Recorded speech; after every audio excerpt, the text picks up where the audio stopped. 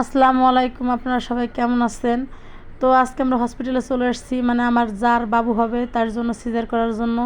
তো যে হসপিটালে চলে আসছি, মানুষ দেখেন দৌড়াদৌড়ি করতেছে। তো হঠাৎ আগুন লেগে গেছে জেনারেটরে।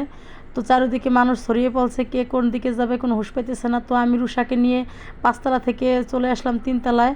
তো 3তলায় এসে আমার যাকে ওই জায়গায় নিয়ে এসেছে সেই 3তলা ওটির ভিতরে। তো ওটিতে যখন নেবে তখনই শুরু হয়ে গেছে আগুন লাগছে আগুন লাগছে। তো আমরা তাড়াহুড়ো করে কে কী করবো সবাই টেনশনে। সবার রুগী কিন্তু 2টা সিজার ভিতরে একটা আছে সিজার, মানে বাবু হবে, বাবু বের করবে, এর জন্য ভিতরে আর একটা রুগী আছে। তো এরপরে আমার যাকে নেবে। তো হুড়াতার ভিতরে এমনই শুরু হয়ে গেছে যে কি করবো, রুষা তো কান্নাকাটি করতেছে, আমি তো হাত পা কাঁপতেছে। আমার জীবনে আমি এরকম কাহিনী কখনো দেখিনি, তো আমার এই চোখেই প্রথম। তো আমি তো মানে আল্লাহ আল্লাহ বলতেছে, আল্লাহ তুমি সবাই সুস্থ রাখো, ভালো রাখো। তো নিচতলায় যেহেতু আগুন, আমরা 5তলা, তো নিচতলা দিয়ে নামতে হবে, তো নামারও কোনো সিস্টেম নাই। তো তার ভিতরে কারেন্ট চলে আসছে। তো আমাদের আলহামদুলিল্লাহ আমাদের বাবু বেরিয়ে আসছে। তো আমাদের সিজার সাকসেসফুল হয়েছে। তো ভিতরে যারা ছিলাম আল্লাহর রহমতে সবাই আলহামদুলিল্লাহ ভালোই ছিলাম, সুস্থ ছিলাম। তো আগুন নিয়ন্ত্রণে আনতে পারছে। এ তো বাবুটাও আলহামদুলিল্লাহ আমাদের সুস্থ সবল আছে, আমার মাও সুস্থ, বাবুও সুস্থ আছে।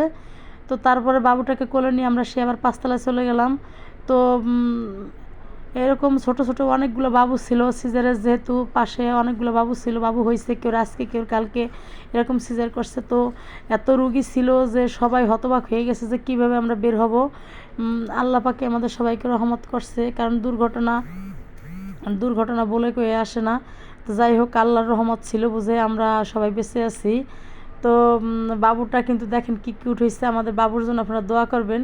তো রুষার কিন্তু ছোট্ট একটা বোন হয়েছে, দেখেন এটা রুষার বোন, যেহেতু আমার যার মেয়ে সেহেতু রুষারই তো বোন। তো আপনারা রুষার জন্য, রুষার বোনের জন্য দোয়া করবেন। তো আমার যার বাবুটাও সুস্থ আছে।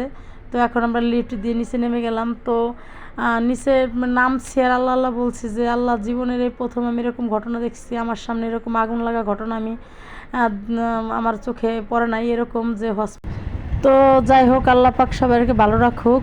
আল্লাহ হাফেজ।